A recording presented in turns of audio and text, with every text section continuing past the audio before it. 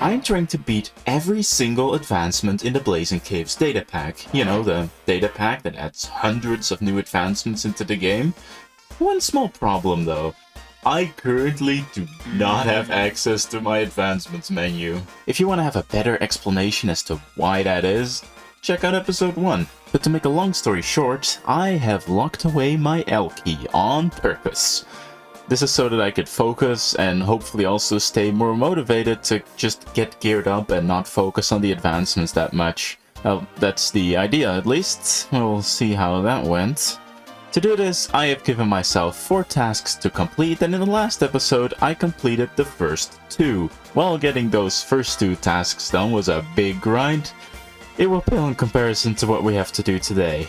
Because today we are going to set up the infrastructure that we will be using for the rest of the series, meaning a lot of farms, a lot of sandbags, and a lack of good planning skills on my part. But before we get into it, you should please hit that subscribe button. These are getting worse and worse every video. But seriously, I didn't think that I would reach 300 subs by the end of this year, but now we're like halfway through the year and we're really close. So if you haven't subscribed yet, please do that, like the video and stuff. Thank you all so much for the support on the last few videos again. Now let's pick up where we left off, shall we? After roaming the end for several hours, I got my elytra and I found a village to settle down in. This was all part of my plan. I wanted to get a villager breeder and a villager trading hall set up as fast as possible, so that I could get better food and cheap gear.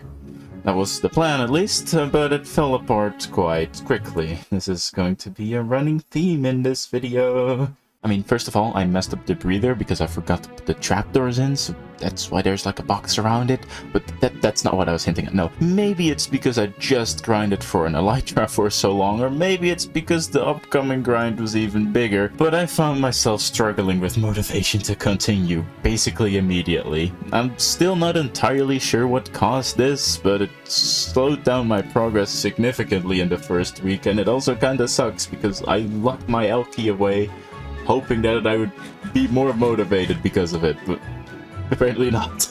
However, it was made even worse by the way that I was going to use my trading hall. Let me explain. In my Minecraft career, every single trading hall that I have ever made makes use of zombifying and then curing villagers to get the discount. But in this world, I thought it would be fine if I just didn't do that. I mean, it would save me a lot of gold and time, at least so I thought, but what I quickly realized while setting up my trading hall, however, is that regular villager prices are expensive. Look, I'm probably a little bit spoiled because I'm so used to the discount prices, but let's compare my trading hall in this world to the one that I have in SMP Video Season 4. For all the new people to this channel, first of all, hi, I really appreciate you being here, but SMP Video is the SMP that I play on with my friends, and you should maybe check it out. I don't know.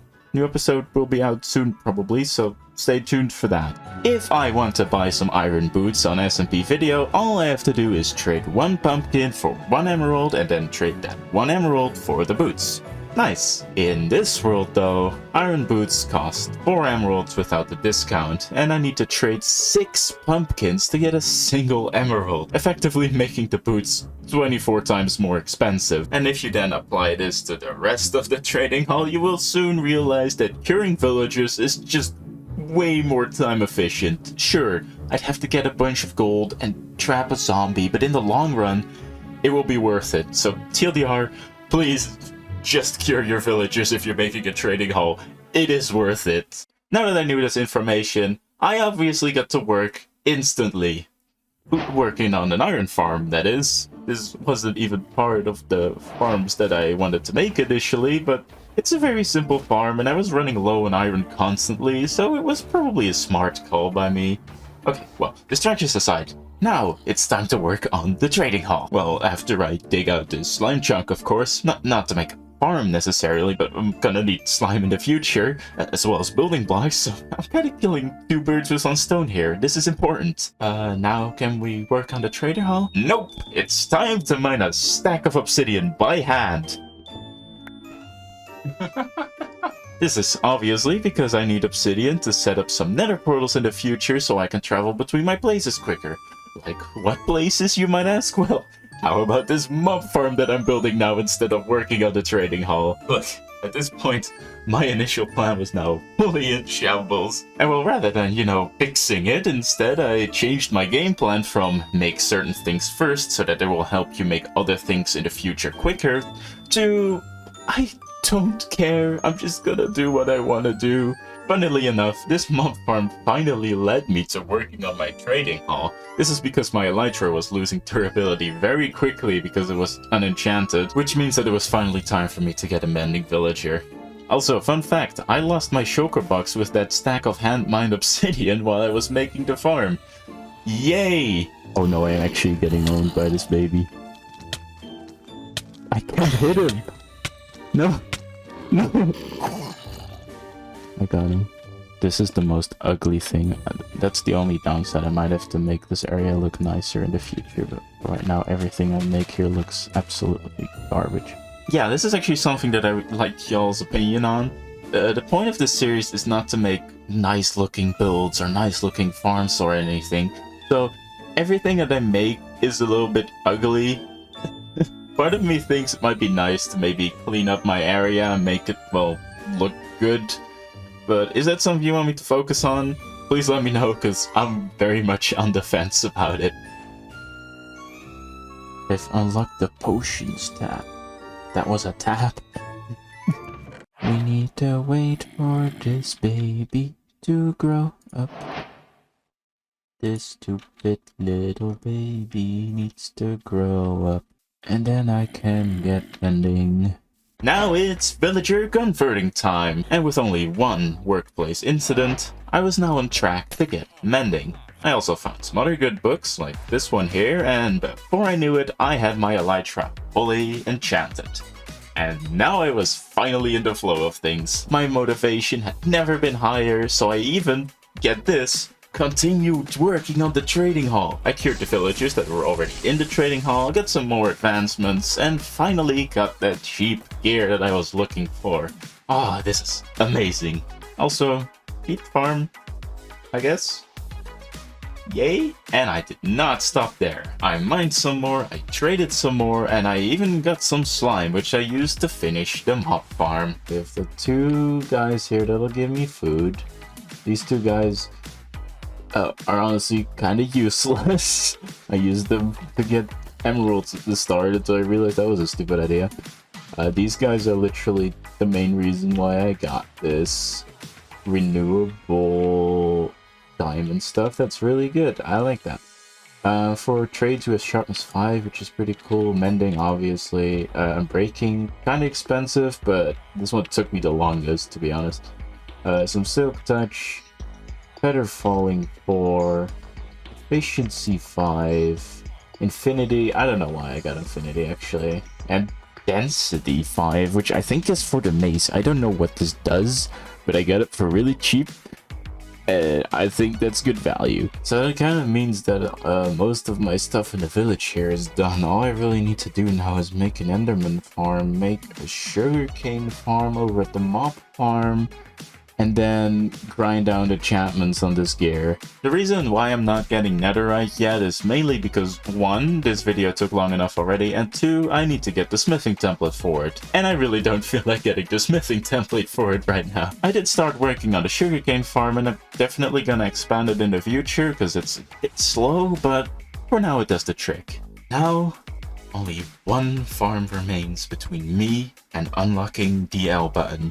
But before that, I decided to make an extremely crude Nether Hub so that I can travel in between the places a little bit faster.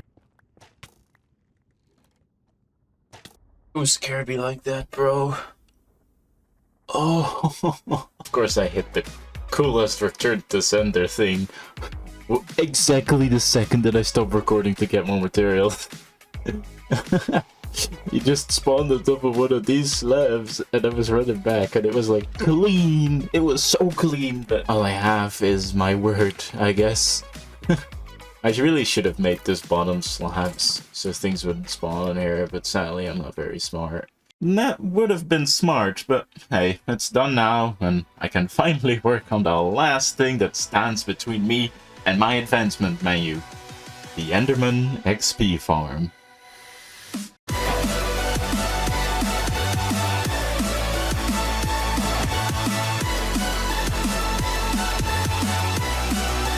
The gang's already here.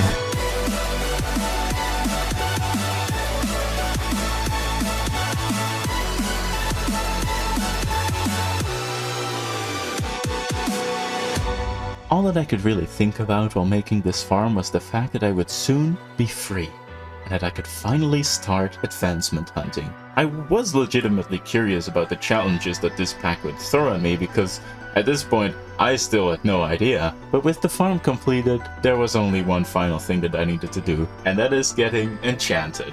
But first, that should be good. Nice. I needed to get rid of my cursive binding leggings.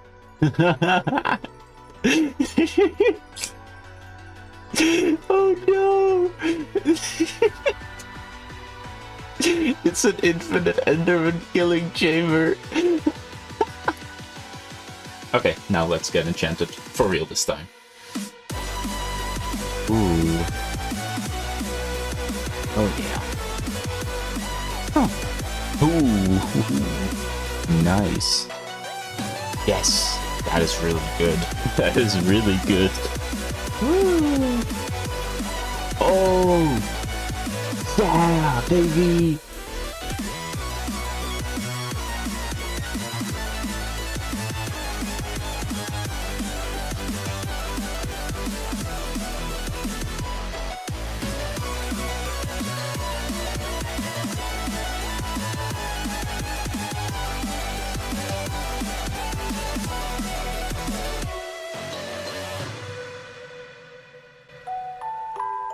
Here we go, I guess. I guess that's just it. Let's take a look, shall we? Oh my god. That is a lot of advancements. Hold on.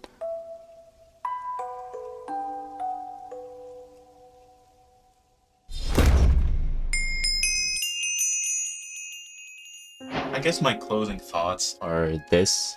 Having my menu back is a bit of a weird feeling, mainly because this pack is a lot harder than I had initially thought. That is totally on me, my bad.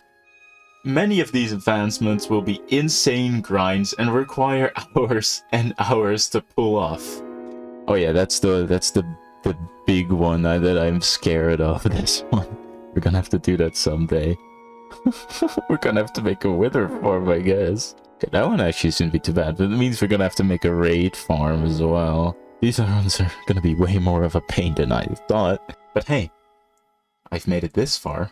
If I can complete the grind that I just did, then I'm sure that I can complete anything that I want. And that's the power of the sunk cost fallacy, baby! Yeah! Thank you all so much for watching, and have a nice day.